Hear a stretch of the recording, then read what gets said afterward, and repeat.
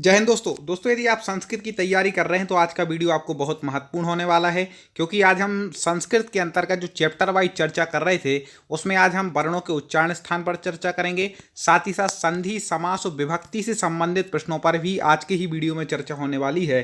तो आप इस वीडियो को देखिए और बहुत अच्छे तरीके से याद भी करते जाइए, जिससे एक एक प्रश्न जो यहाँ पर महत्वपूर्ण आपके लिए आया है उसका आपको भी उत्तर बताना है। पहले प्रश्न का उत्तर तो आपको सामने दिख रहा है, बाकी का आप भी कमेंट करेंगे। देखें, वर्ण छा किन दो व्यंजनों के संयोग से बना है? तो आपको छा वर्ण बता दें पहले, तो ये संयुक्त व्यंजन है संस्कृत वर्णमाला में, हिंदी में भी ये है। और ये जो बना है तो वह बना है आधा का और पूरे सा से। कोई भी जो संयुक्त वर्ण है उसमें जो बना है दो वर्णों से, दो व्यंजनों से मिलकर के बने हैं, तो उसमें पहला व्यंजन आधा है।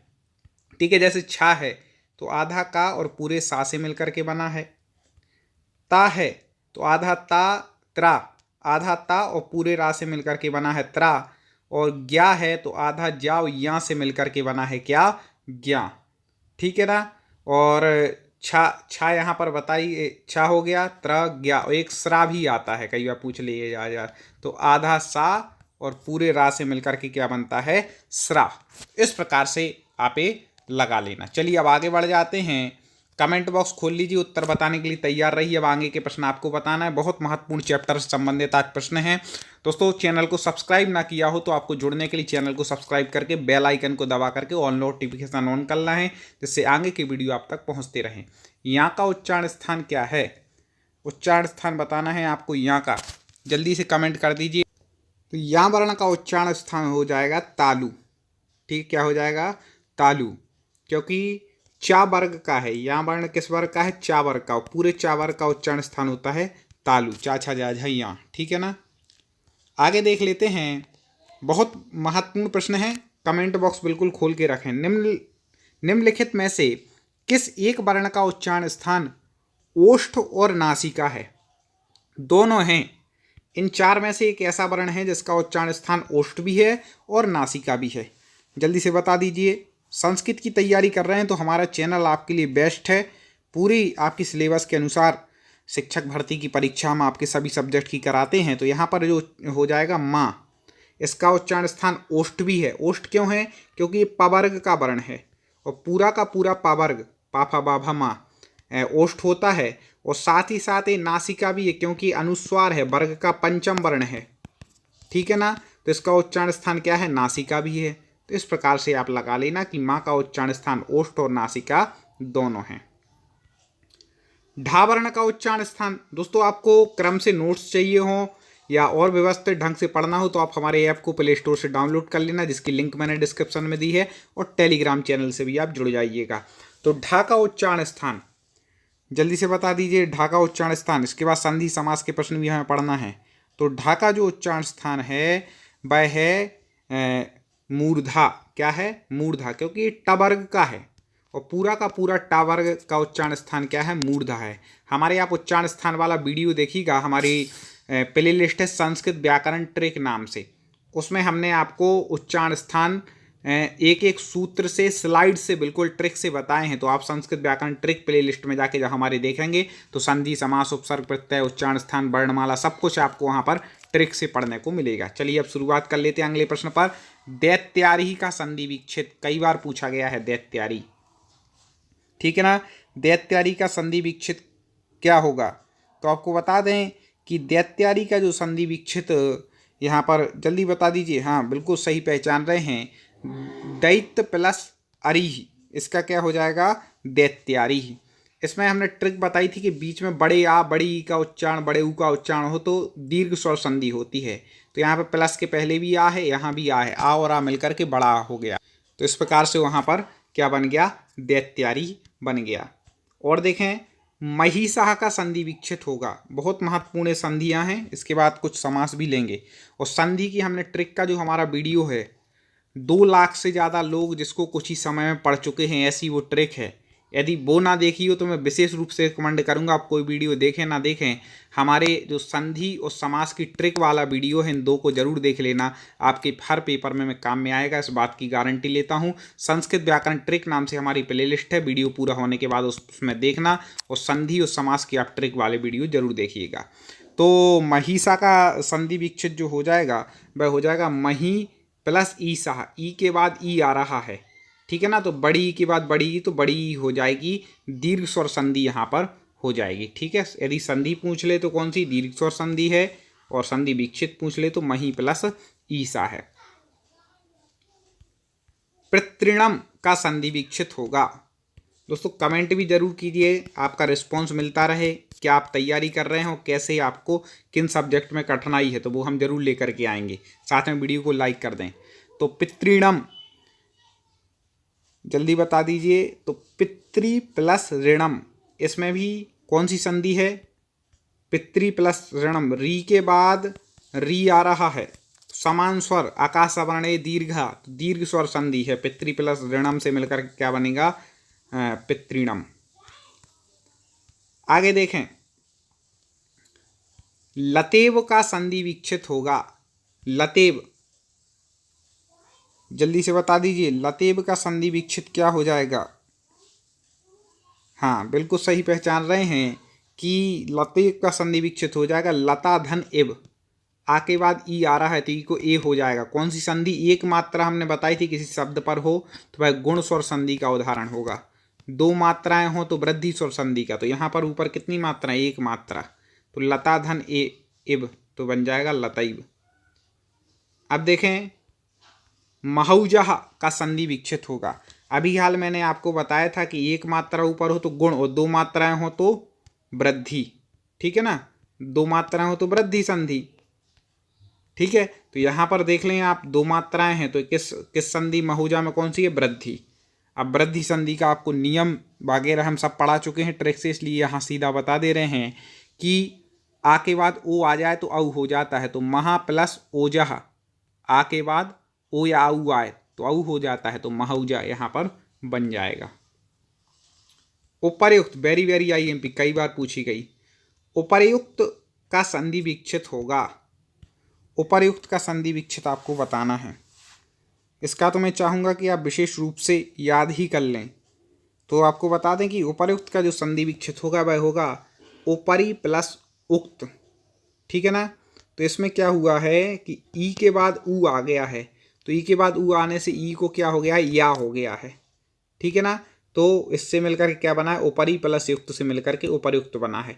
अब एक मैं आपसे कमेंट में उत्तर चाहूँगा कि उपर्युक्त में कौन सी संधि है, स्वर संधि है, इतना मैं बता दे रहा हूँ, बाकी कंफ्यूज नहीं होना। आप स्वर के भेद में से कौन सी है वो आप बताइए, नहीं बनेगा तो अगले वीडियो में मैं बताने के लिए तो हूँ, ठीक है। चलिए समास पे आ जाइए। नेत्रहीना में कौन सा समास है, नेत्रहीना, ठीक है ना, नेत्रहीना। तो आपको बता दें, ये जब मैंने विभक्ति पढ़ाई थी ट्रिक के साथ तो उसमें बताया था किसी से हीनता की बात हो, कोई अपंग हो, तो उसमें कौन सी आती है, तृतीया विभक्ति आती है। जैसे अक्षरा काणा सिरसा खलवाटा पादीन खंजा, सब में क्या आ रही थी, तृतीया। ऐसी नेत्रहीना, नेत्र से हीन, तो यहाँ पर क्या आ जाएगा, तृतीया तत्पुरुष समास हो जाएगा। कौन सा तत्पुरुष होगा, तृतीया तत्पुरुष। आगे देखें, चोर भयम में कौन सा समास है। चोर भयम में, अभी चारों ऑप्शन चूंकि तत्पुरुष के इसलिए तो आप समझ गए कि तत्पुरुष समास है, लेकिन कौन सा है इसमें से वो आपको भेद बताना है। तो भय के अर्थ में एक सूत्र आपको पढ़ाया था हमने, पंचमी भयेन, क्या था, पंचमी भयेन, जिसका उदाहरण था चोरात भयम, मतलब चोर से भयभीत, ठीक है ना। तो वही यहाँ पर पंचमी तत्पुरुष हो जाएगा, चोर भयम, ठीक है ना, ये समझ गए। आगे दोस्तों लाइक ज़रूर कर देना यदि अभी तक ना किया हो वीडियो को, इतना काम आपको करना है, लाइक एंड कमेंट, ठीक है ना। नीलोत्पलम में कौन सा समास है, नीलोत्पलम। अब देखें यहाँ पर नील क्या है, विशेषण है, और उत्पल क्या है, विशेष्य है। उत्पल मतलब होता है कमल और नील मतलब नीला, तो नीला है जो कमल। तो विशेषण विशेष स्वभाव कहाँ पर आता है, तो ये आता है कर्मधारय समास में। किस में आता है, कर्मधारय समास में आता है, उपमान उपमेय या विशेषण विशेष्य भाव। तो नीलोत्पल में कौन सा समास हो जाएगा, कर्मधारय। अब देखें आगे, देखें पंचपात्रम में कौन सा समास है। जल्दी से कमेंट कर दीजिए, समास संधि पढ़े हों, जिनने हमारे समास संधि के वीडियो देख लिए, मैं गारंटी लेता हूँ उन पे पूरे प्रश्न सही बनेंगे, क्योंकि मैंने व्याख्या भी सरल बताई है और ट्रिक भी जोरदार बताई है। ठीक है ना, इसलिए वो वीडियो ये वीडियो को पहले पूरा देख लें, फिर जाना संस्कृत व्याकरण ट्रिक नाम से हमारी प्ले लिस्ट में ट्रिक है, तो वो देना। यदि ना मिले तो कमेंट में बताना सर हमें नहीं मिल रही है, तो मैं आपको वापस उसकी लिंक सेंड कर दूंगा, या टेलीग्राम चैनल पे भी हमारे लिंक मिल जाएगी, जा करके ज्वाइन कर देना, मैं वहाँ पर सेंड कर दूंगा। पंचपात्रम में कौन सा समास है, तो आपको बता दें कि पंचपात्रम में यहाँ पर समास हो जाए, कहा है संख्यावाची दिगु, मतलब जिसका प्रथम पद संख्यावाची हो वहाँ पर दिगु समास होता है। ठीक है ना, तो 5 पात्रों का समाहार इसका विग्रह हो जाएगा, तो दिगु समास यहाँ पर हो जाएगा, प्रथम पद संख्यावाची है। मित्रा वरुणौ में कौन सा समास है, महत्वपूर्ण है, इसमें लोग गलती कर सकते हैं, जल्दी बता दीजिए। मित्रा वरुणौ, तो यहाँ पर हो जाएगा मित्र अवर्णहु, मित्र और हाँ सवर शत्रु एक प्रकार से अर्थ निकल आएगा यहाँ पर। तो यहाँ पर दो चीज़ों में क्या हो रहा है, आपस में द्वंद्व हो रहा है। ठीक है ना, तो ये द्विवचन का भी शब्द हमने बताया था कि द्विवचन के शब्द आ जाते हैं, या फिर आपस में द्वंद्व होता है, माता पिता, ठीक है ना, इस प्रकार से दिन रात, इस प्रकार से। और पाणी पाद मतलब हाथ पैर, संस्कृत में उसको पाणी पाद कहते हैं, तो इस प्रकार के जो हों वो दिगु समास के उदाहरण होते हैं। अब देखें विभक्ति से संबंधित प्रश्न आ गए। राम ही में कौन सी विभक्ति है, हमने शब्द रूप ट्रिक के साथ पढ़ाए हैं, वो भी हमारे उसी प्ले लिस्ट में मिलेंगे। अभ्यास प्रश्न लगाना हो तो उसके लिए हमारी play list Sanskrit model paper, और व्याकरण ट्रिक के साथ पढ़नी तो संस्कृत व्याकरण ट्रिक प्ले लिस्ट है। तो अब आपको बता दें कि राम ही जो शब्द बनता है वह कौन सी विभक्ति वचन में बनता है, तो तृतीया में बनता है, तृतीया बहुवचन। ठीक है ना, क्या बनता है, रामेण रामाभ्याम रामही बहुवचन में, रामेण एक वचन, रामाभ्याम द्विवचन, रामेण रामाभ्याम रामही बहुवचन में बन जाएगा, तृतीया बहुवचन में राम शब्द के। गबोह में कौन सी विभक्ति है, गबोह में कौन सी विभक्ति जल्दी से बता दीजिए। तो आपको बता दें कि गबोह में जो हो जाएगी, हाँ गो शब्द के रूप चलाना है, तो गबोह में यहाँ पर हो जाएगी षष्ठी द्विवचन।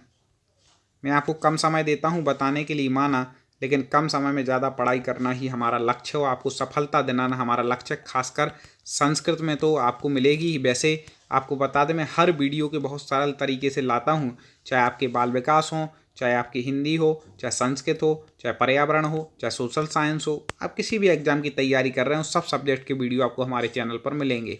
राग्यम में कौन सी विभक्ति है, जल्दी बता दीजिए। रागयाम, रागयाम लिखा है यहाँ पर, रागयाम में कौन सी विभक्ति है, तो आपको बता दें कि रागयाम में जो हो जाएगी वह हो जाएगी षष्ठी बहुवचन। ठीक है ना, कौन सी हो जाएगी, षष्ठी बहुवचन। आगे नद्या में कौन सी विभक्ति, नदी शब्द के रूप वेरी वेरी IMP याद कर लेना, एक राम के कर लेना, एक नदी के कर लेना, ठीक है ना, और एक रमा या लता के कर लेना, बाकी इनके मैंने सबके शब्द रूप पढ़ाए हैं, एक पुल्लिंग का, स्त्रीलिंग, नपुंसकलिंग, तीनों की याद कर लेना। तो नद्या में कौन सी विभक्ति है, तो यहाँ पर उसका जो उत्तर हो जाएगा वह हो जाएगा तृतीया है, नद्या, तृतीया एक वचन। एतहि में कौन सी विभक्ति है, ये सर्वनाम शब्द है। ठीक है ना, एतत् सर्वनाम शब्द में जो चलते हैं ना, एतत् एक पूरा ता रहेगा एक आधा, तो इसके रूप हैं सर्वनाम शब्दों के, तो इसमें कौन सी विभक्ति है जल्दी बता दीजिए। तो एतहि में आपको बता दें कि प्रथमा एक वचन है, कौन सी है, प्रथमा एक वचन में बन जाएगा एतहि। आगे देखते हैं, ते में कौन सी विभक्ति है, ते शब्द। ठीक है ना, जल्दी बता दें, तत् इत्यादि के रूप आपने ना पढ़े हो तो पढ़ लेना। तो ते में आपको बता दें कि हो जाएगा चतुर्थी एक वचन। ठीक है ना, चतुर्थी एक वचन। मत शब्द में कौन सी विभक्ति है, इसके लिए मैंने बताया था कि दो रूप आप जरूर पढ़ लेना, अस्मद और युष्मद। एक काम करूंगा, अभी मैंने इसके पढ़ाई नहीं है, आगे वीडियो ले आऊँगा 3-4 दिन में ट्रिक के साथ अस्मद युष्मद के रूप, चलिए तो उसमें आपको आसानी हो जाएगी। ठीक है, तो आप यदि 3-4 दिन बाद वीडियो देख रहे हैं तो प्ले लिस्ट में हमारी मिल जाएगा, और आप अभी वीडियो देख रहे हैं तो 3-4 दिन का इंतजार कर लीजिए। चैनल के तो सब्सक्राइबर हो ही गए होंगे आप, तो आगे आपको उसका वीडियो मिल जाएगा। तो मत में आपको बता दें कि यहाँ पर जो विभक्ति हो जाएगी वह हो जाएगी पंचमी। ठीक है ना, हाँ, पंचमी विभक्ति है, लेकिन यहाँ पर साथ में वचन भी पूछा है तो पंचमी एक वचन में बनता है मथ। अब देखें संख्या से संबंधित संख्याएं भी मैंने पढ़ाई हैं। द्वाविंशति किस संख्या का बोधक है?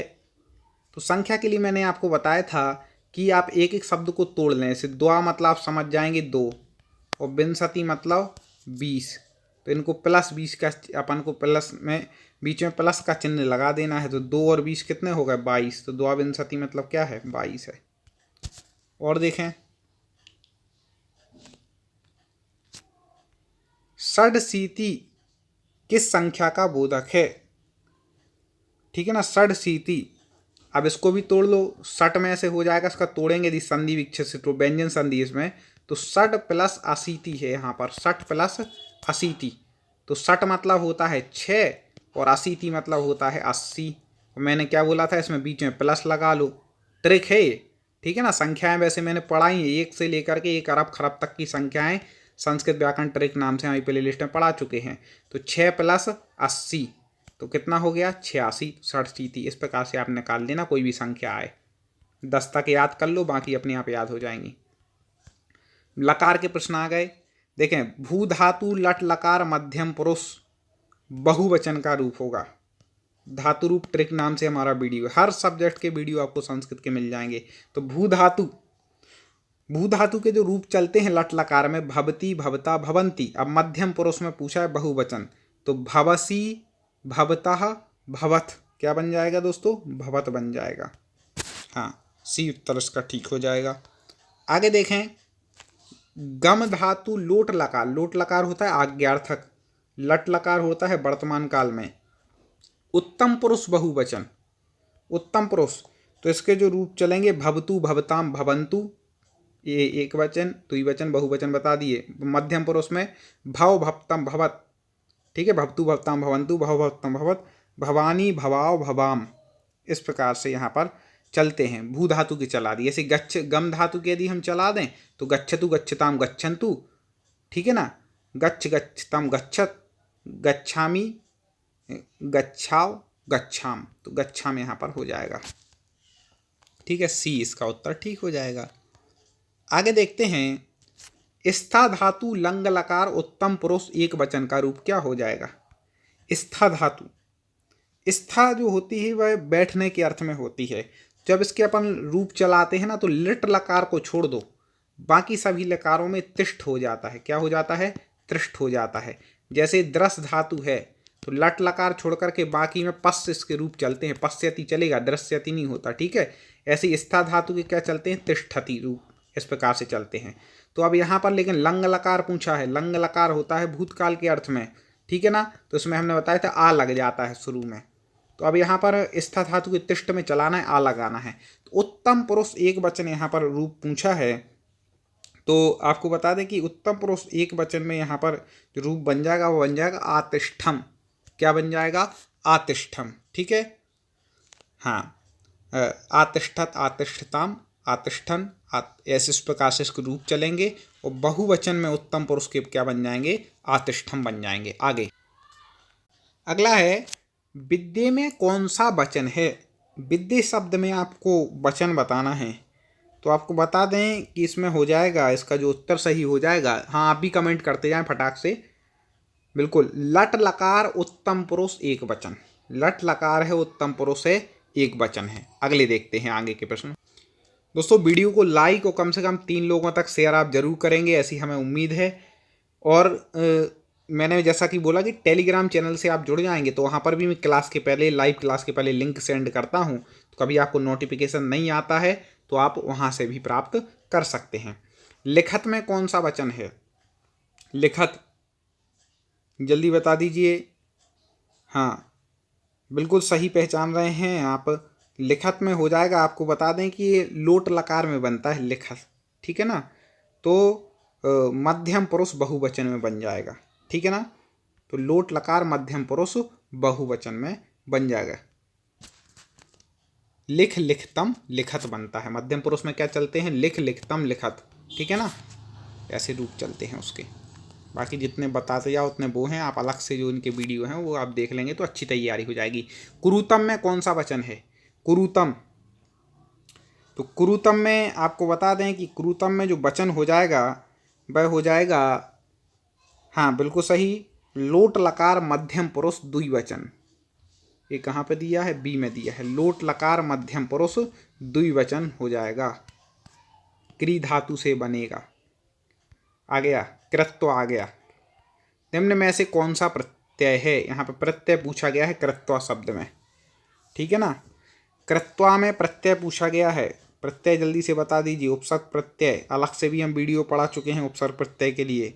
तो कृत्वा में आपको बता दें कि यहाँ पर त्वा प्रत्यय, जिसको कई लोग कत्वा प्रत्यय बोलते हैं और हम लोग ऐसे त्वा बोलते वैसे, तो इस प्रकार से इसका ये प्रत्यय हो जाएगा। क्री धातु है, उसमें त्वा प्रत्यय लगने से क्या बन गया है दोस्तों? कृत्वा बन गया है। अगला देख लेते हैं दोस्तों। एक निवेदन मैं ज़रूर करूंगा कि इस वीडियो को आगे तो शेयर करना, साथ में चैनल को सब्सक्राइब लाइक ज़रूर कर लेना।